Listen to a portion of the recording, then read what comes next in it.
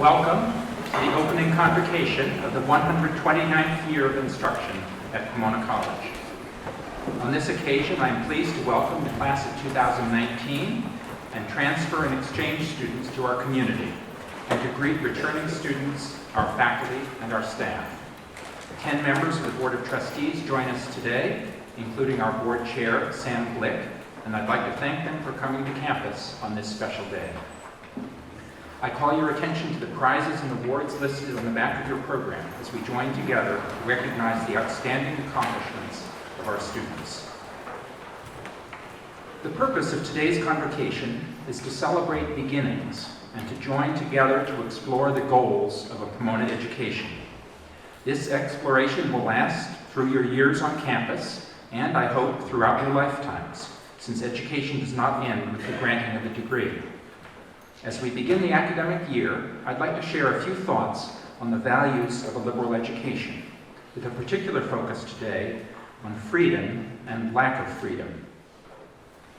Each September, I look forward to the special events and speakers of the coming year, as these offer opportunities for the entire community to engage with a spectrum of ideas, experiences, and timely issues. It's one of the ways that we are able to situate our educational experience here in Claremont within the realities of contemporary and global art, science, politics, and culture. Of course, between Pomona College and the other institutions here in our consortium, the richness of the special events is dazzling, even overwhelming. One upcoming event has had me reflecting over the past months. In March, we will host Brian Stevenson, Executive Director of the Equal Justice Initiative, who will be the featured speaker in a two-day event focused on the American criminal justice system. My reading this summer, in addition to the usual light fare at hand, included two serious works related to this issue. One was Stevenson's book, Just Mercy, an account of heroic efforts to bring justice for wrongly convicted members of our society. The other was Inferno, an anatomy of American punishment by Robert Ferguson. At opening convocations like this, we often, even routinely, say that a liberal education is intended to free the spirit, to open up new horizons, to break down walls. All of these are true, but rarely do we stop to reflect on what a privilege we all have, faculty, staff, and students, to engage in these liberating discussions and empowering investigations.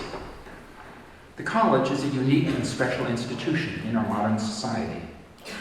This summer, the newspapers have been full of reports about another such institution, the prison. You all heard the shocking story of an arbitrary arrest followed by an apparent suicide in a Texas prison. Since then, the New York Times has had a series of detailed and disturbing investigative reports into conditions in several New York prisons. President Obama was the first president to ever visit a federal prison and see the conditions firsthand. You are here at Pomona College for a 4-year experience in which you will be free to choose what courses to take, what majors to explore, what organizations to join, and what friendships to build and deepen. Take full advantage of that opportunity. But pause also to reflect on the fact that hundreds of thousands of young people in this country at similar ages are instead looking at 4 years or more inside a prison without any of those opportunities. The ironies are obvious.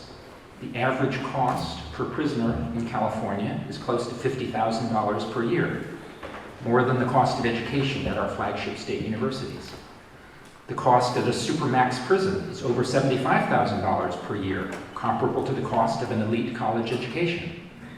And of course, the for-profit education sector has its analog in for-profit companies that run prisons on contracts from many states. But these ironies go deeper. One of the most striking is the fact that the Enlightenment, that period when philosophers and political theorists focused on reason, individualism, and the rights of free men in society, was also the period from which the modern concept of prisons emerged as organizations that control the lives of those being punished down to the most detailed level. In the words of French philosopher Michel Foucault, the Enlightenment, which discovered the liberties, also invented the disciplines. In his book, Discipline and Punish, Foucault makes the dramatic argument that, in its function, the power to punish is not essentially different from that of curing or educating.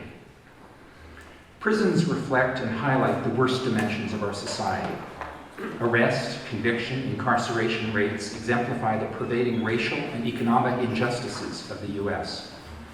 Prisons have also become one of the holding places for undocumented men, women, and children swept up by our dysfunctional immigration apparatus. With more than 2 million prisoners in this country, we have the highest rate of incarceration in the world, 5 to 12 times higher than that in Europe and Japan.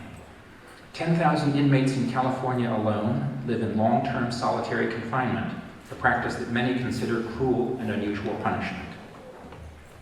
The one positive note to make in this regard is that the problems with our justice mechanisms in prisons have finally started to attract the attention of the country. Black Lives Matter and other groups have made some headway. This interest has been bipartisan, one of the few areas where left and right can come to some agreement.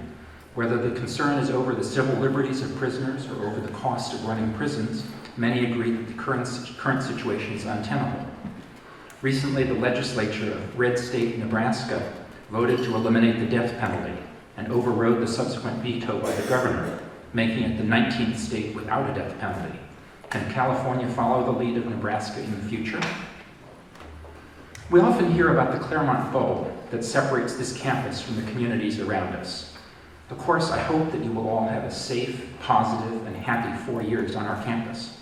But I hope also that you will recognize that you are all part of a larger society beyond the campus boundaries. Less than 10 miles from here, a short 20-minute drive away, is the California Institution for Men in Chino, in which 3,728 men are serving time. And just a few miles beyond that, 1,951 women are incarcerated in the California Institution for Women. As you start your 4 years at Pomona College and take advantage of all the opportunities ahead of you, remember that you are connected to those in Chino, and as members of this society, share a responsibility for their well-being. I hope that your time at this remarkable liberal arts college will free you in many ways, but also strengthen your sense of what ties you to others, to their struggles and their realities. Let me close with John Donne's poetic words that echo through the ages to us today. No man is an island entire of itself. Every man is a piece of the continent, a part of the main.